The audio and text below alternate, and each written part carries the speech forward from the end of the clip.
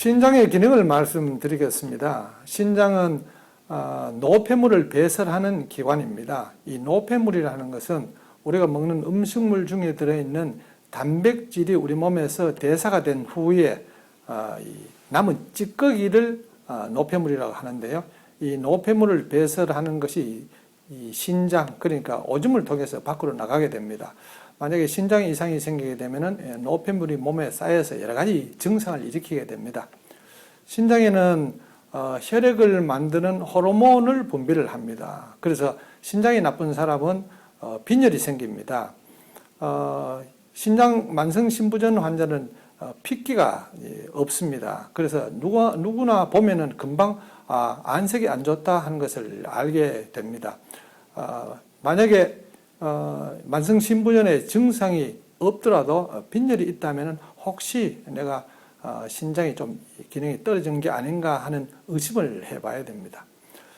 신장은 혈액을 올라가게 하는 호르몬을 만드는 어떤 그런 효소를 분비를 합니다. 그러니까 신장에서 어떤 효소가 만들어져서 그것이 혈압을 올라가게 하는 호르몬을 만들게 됩니다.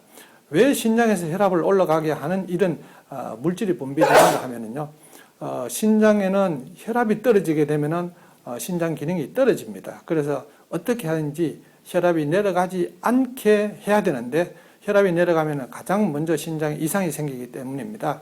그래서 신장의 혈액 공급이 줄어들게 되면은 신장은 일부러 혈압을 올라가게 해야 되고 또 그렇게 올라가게 하는 물질을 분비를 합니다. 그래서 신장이 나빠지면은 혈압이 올라가게 되고요. 혈압이 올라갔다는 말은 신장에 이상이 생겼다 하는 말과 거의 일치하니까 혈압이 올라간 사람들은 신장에 혹시 이상이 생기지 않았는가 하는 것을 꼭 챙겨봐야 됩니다. 신장에는 미네랄을 배설하는 기능이 있습니다. 미네랄, 무기질 같은 말인데요. 예를 들면 칼륨, 인, 칼슘 이런 것들입니다. 우리 몸에 쓰고 남는 것은 오줌을 통해서 밖으로 배설이 돼야 되는데요. 이 신장 기능이 떨어지게 되면은 배설해야 될 미네랄이 배설이 안 돼서 몸에 축적이 됩니다.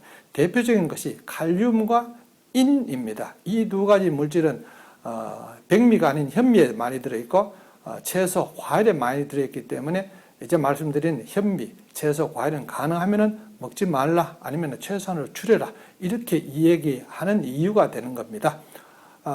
신장은 이 미네랄을 배설하는 그런 기능이 있습니다. 또 신장은 잘 아시다시피 수분을 배설하는 기능이 있습니다.